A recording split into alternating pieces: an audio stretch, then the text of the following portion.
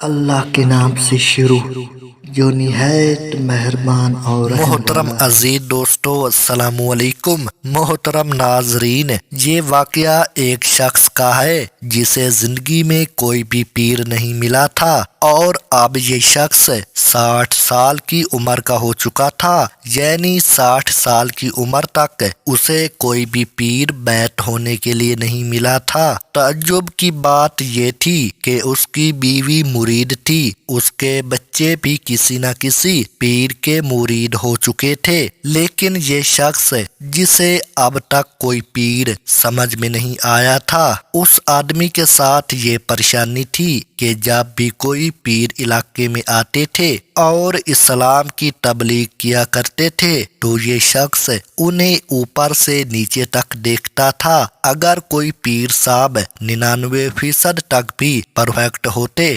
بالکل ان کے اندر کوئی بھی خامی نہ ہوتی، اور اگر ان کی کوئی 1% بات بھی اس شخص کو سمجھ میں نہ آتی تو کہہ دیتا کہ نہیں، یہ صحیح پیر نہیں ہے اور یہ پیر بنانے کے لائق نہیں ہے۔ اور وہ شخص اتنا حساس تھا کہ اگر کوئی پیر صاحب دائیں پیر کے بجائے بایاں پاؤں جوتے میں پہلے ڈال دیتے تو یہ شخص ایسا ہی کہتا تھا کہ نہیں، یہ تو پیر بنانے کے لائق ہی نہیں ہے۔ یعنی اس شخص کی عادت تھی کہ ہر انسان کے اندر خامیاں ڈھونڈتا تھا، کسی کی خوبیوں پر اس کی نظر نہیں رہتی تھی۔ ایک دن یہ شخص اپنے گھر پہنچا تو اس کی بیوی نے کہا کہ آپ کوئی نہ کوئی پیر بنا لے، ورنہ زندگی اور موت کا کوئی بھروسہ نہیں۔ اگر بنا پیر کے آپ اس دنیا سے چلے گئے تو بہت برا ہوگا،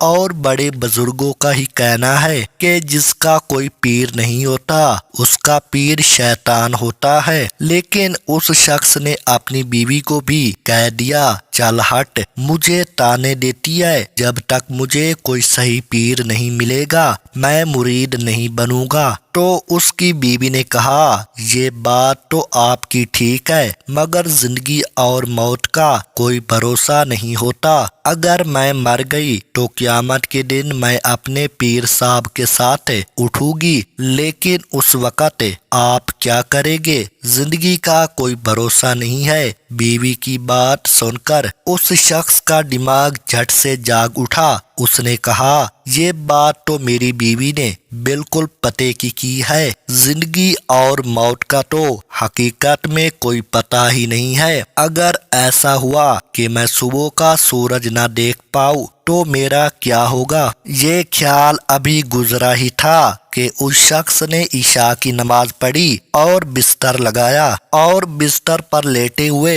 اس خیال میں گم تھا، اور اسے نیند بھی نہیں آ رہی تھی۔ وہ اس خیال کے بارے میں سوچ رہا تھا کہ اگر میں مر گیا اور بنا پیر کے ہی ایسے چلا گیا تو میرا حشر کیا ہوگا؟ اب اس بندے کا دماغ چل پڑا تھا کہ آخر وہ کیا کرے۔ رات کا جب تیسرا پیر لگا تو یہ شخص اٹھ کر بیٹھ گیا، اور اس نے پھر اللہ تعالیٰ سے وعدہ کیا کہ یا اللہ، بہت ہو گیا، میں نے بہت نکتہ چینی کی، لوگوں میں بہت دیکھا اور بہت عیب تلاش کیے، اور ان کی خوبی کو نہ دیکھا بلکہ ان کی خامیاں دیکھتا رہا۔ اب کچھ بھی ہو، اب میں کچھ بھی نہیں دیکھوں گا۔ اے میرے پروردگار، میں تجھ سے وعدہ کرتا ہوں کہ میں ابھی گھر سے باہر نکلوں گا، اور جس انسان پر بھی میری نظر پڑے گی اسے میں اپنا پیر بنا لوں گا، چاہے کوئی بھی انسان ہو، چاہے وہ جیسا بھی انسان ہو۔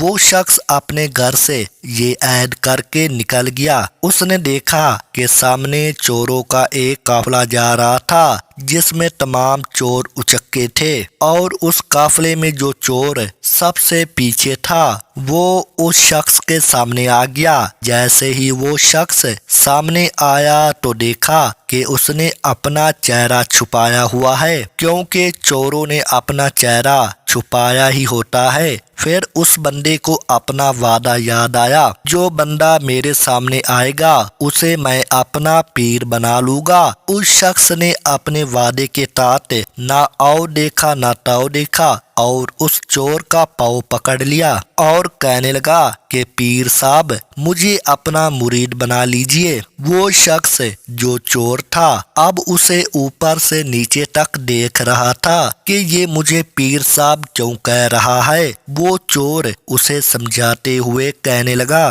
کہ بھائی کیا میں تمہیں پیر نظر آتا ہوں؟ میں تو خود کسی کا مرید نہیں، تو پھر میں تیرا پیر کیسے ہوا؟ تو وہ شخص کہنے لگا کہ مجھے اس سے کوئی مطلب نہیں، میں نے تو اپنے رب سے وعدہ کیا ہے کہ مجھے جو شخص ملے گا میں اس کا مرید ہو جاؤں گا۔ جب میں وعدہ کر کے آیا ہوں کہ جو ملے گا وہ میرا پیر ہوگا، اور تم مجھے ملے ہو اور تم آئے نہیں ہو، اللہ تعالیٰ نے تمہیں میرے لیے بھیجا ہے۔ تو وہ شخص حیرانگی سے کہنے لگا کہ اے بھائی، اے پاگل آدمی، میں چور ہوں، وہ جو سب سامنے جا رہے ہیں وہ سب بھی چور ہیں، اور میں تجھے کیا بتاؤں کہ میں نے اپنی زندگی میں کیا کیا گناہ کیے۔ اگر تم نے مجھے ایسے ہی پکڑ کر رکھا تو میرا قافلہ مجھ سے دور چلا جائے گا۔ وہ شخص بڑا اریل تھا، وہ کہنے لگا نہیں نہیں، آپ جو کوئی بھی ہو، چاہے چور ہو چاہے گناہ گار ہو،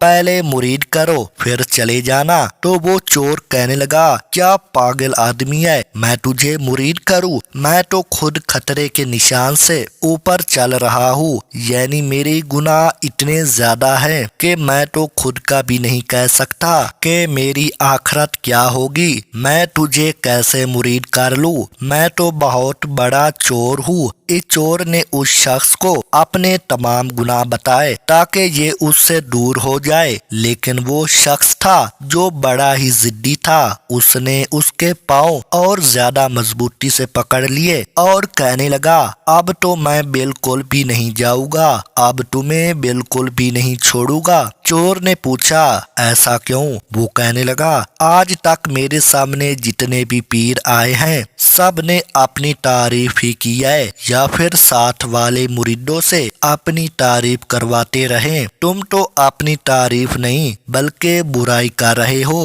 میں اب سمجھ گیا کہ سب نقلی تھے اور تم اصلی ہو۔ وہ بیچارہ چور اب دل ہی دل میں سوچنے لگا یا اللہ یہ کیا ماجرا ہے، میں تو سوچ رہا تھا کہ میں اپنی اتنی برائی بیان کروں گا تو یہ مجھ سے پیچھا چھڑوا کر چلا جائے گا، لیکن یہ تو الٹا اور زیادہ ضد پر آ گیا ہے۔ اس چور کے دماغ میں سوچ آئی تو اس شخص سے کہنے لگا کہ میں تیرا پیر ہوں اور تو میرا مرید ہے۔ تو وہ شخص کہنے لگا جی حضور، آپ میرے پیر ہیں اور میں آپ کا مرید ہوں۔ تو اس چور نے کہا کہ پیر کا حکم ماننا کتنا ضروری ہے؟ تو وہ شخص ہاتھ جوڑ کے کہنے لگا جی حضور، میں جانتا ہوں آپ جان بھی مانگو گے تو میں دے دوں گا۔ تو وہ چور کہنے لگا کہ نہیں، مجھے جان نہیں چاہیے، بس میرا حکم اتنا ہے کہ تو مجھے چھوڑ دے۔ اس شخص نے ضد میں آ کر کہہ دیا کہ اے میرے پیر،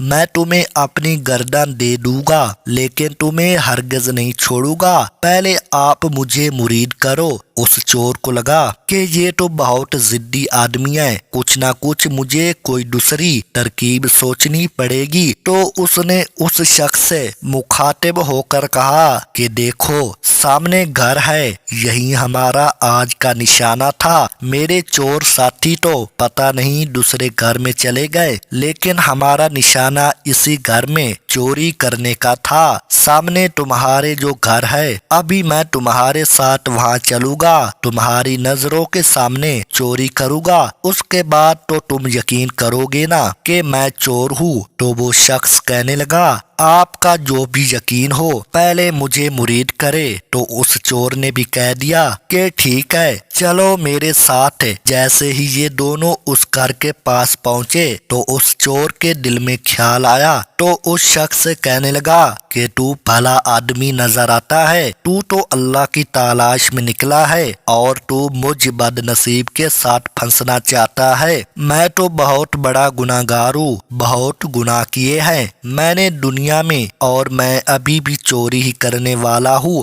دیکھو، گناہ کرنا تو گناہ ہی ہے، لیکن گناہ دیکھنا بھی بہت بڑا گناہ ہے۔ تم وہاں مت جاؤ، تم یہیں بیٹھ جاؤ، میں اندر جاؤں گا اور چوری کا مال لا کر تمہیں دکھاؤں گا۔ اگر تم کو پھر بھی مجھ پر یقین نہ آیا کہ میں چور ہوں، کوئی پیر نہیں، تو پھر میں تمہیں مرید کر لوں گا۔ اس شخص نے کہا کہ ٹھیک ہے، وعدہ کرو۔ اس نے کہا کہ میں وعدہ کرتا ہوں کہ میں تمہیں اپنا مرید بنا لوں گا۔ اس کے بعد وہ اندر چلا گیا اور وہ شخص وہیں پر بیٹھ گیا۔ جب وہ اندر گیا تو پورے مکان میں اندھیرا تھا، اندر روشنی بالکل نہیں تھی سوائے ایک چھوٹے سے چراغ کے۔ تو اس چور نے اندھیرے میں ہی ہاتھ پیر مارنا شروع کر دیے۔ اس چور کو کچھ بھی نہیں مل رہا تھا۔ اس نے اندھیرے میں ایک طرف ہاتھ مارا تو اسے تسبیح ملی، دوسری طرف ہاتھ مارا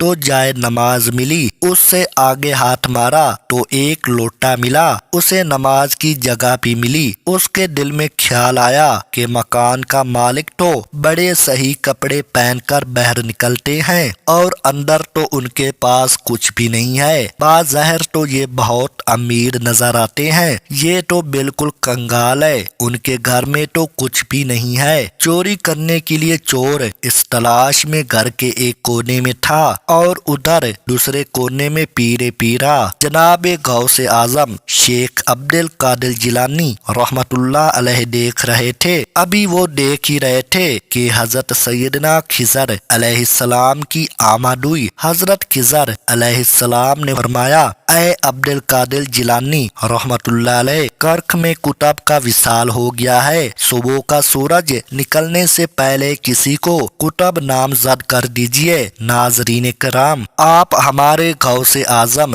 رحمت اللہ علیہ کی شان کرامت دیکھیے۔ سرکار غوث اعظم رحمت اللہ علیہ فرماتے ہیں کہ ادھر ادھر جانے کی ضرورت نہیں ہے، ایک چور ہمارے در پر آیا ہے، بڑی دیر سے وہ ہاتھ پیر مار رہا ہے، اسے اب تک کچھ نہیں ملا، کہیں ایسا نہ ہو کہ یہ بغداد کی گلیوں میں جا کر شور مچائے کہ میں تو عبد القادر جیلانی رحمت اللہ علیہ کے گھر گیا تھا اور مجھے کچھ نہیں ملا، کہیں یہ میری سخاوت کے تانے نہ دے۔ اس لیے اے خضر علیہ السلام، میں نے فیصلہ کر لیا ہے، اس بندے کو قطبیت دے دی جائے، اے خواجہ خضر علیہ السلام، اسے ہی قطب بنا دیا جائے، اسے ہی ابدال بنا دیا جائے۔ اب تو شیخ عبد القادر جیلانی رحمت اللہ علیہ کا تیر چل چکا تھا، اب اس چور کو بھی پیر مل چکا تھا، اب وہ چور چور نہ رہا تھا، وہ تو ولیوں کی جماعت میں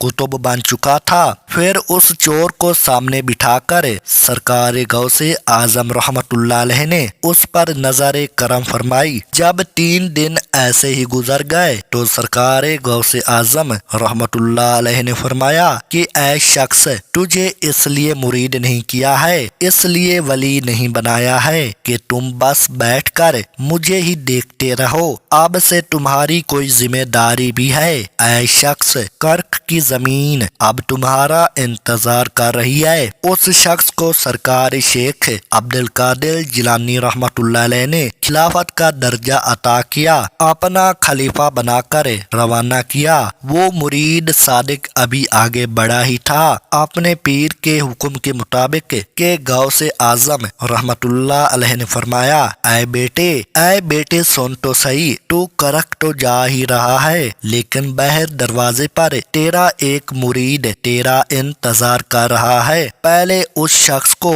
مرید کر، پھر اس کے بعد کرخ میں جانا۔ سبحان اللہ۔ ناظرین کرام، یہ وہی شخص تھا جو آدھی رات کو پیر ڈھونڈنے نکلا تھا، اور سرکار غوث اعظم رحمت اللہ علیہ کی نظر کرم دیکھیے کہ انہوں نے ایک چور کو ابدال بنا دیا اور اسے یہ بھی بتا دیا کہ 3 دن سے تیرا ایک مرید جو اس رات میں تجھے ملا وہ ابھی تک باہر بیٹھا ہے اور تیرا انتظار کر رہا ہے۔ تو میرے پیارے دوستو، ہم امید کرتے ہیں کہ آج کی یہ ویڈیو آپ کو بہت پسند آئی ہوگی۔ اگر آپ کو ہماری ویڈیو پسند آئی ہے تو ہمارے چینل کو سبسکرائب کیجئے اور بیل آئیکن پر کلک کیجئے تاکہ ہماری آنے والی ہر نئی ویڈیوز کی آپ کو نوٹیفیکیشن ملتی رہے۔ اللہ تعالی ہم سب کو اپنے حفظ و امان میں رکھے اور ہم سب پر اپنی رحمتوں کی بارشیں برساتا رہے۔ آمین ثم آمین۔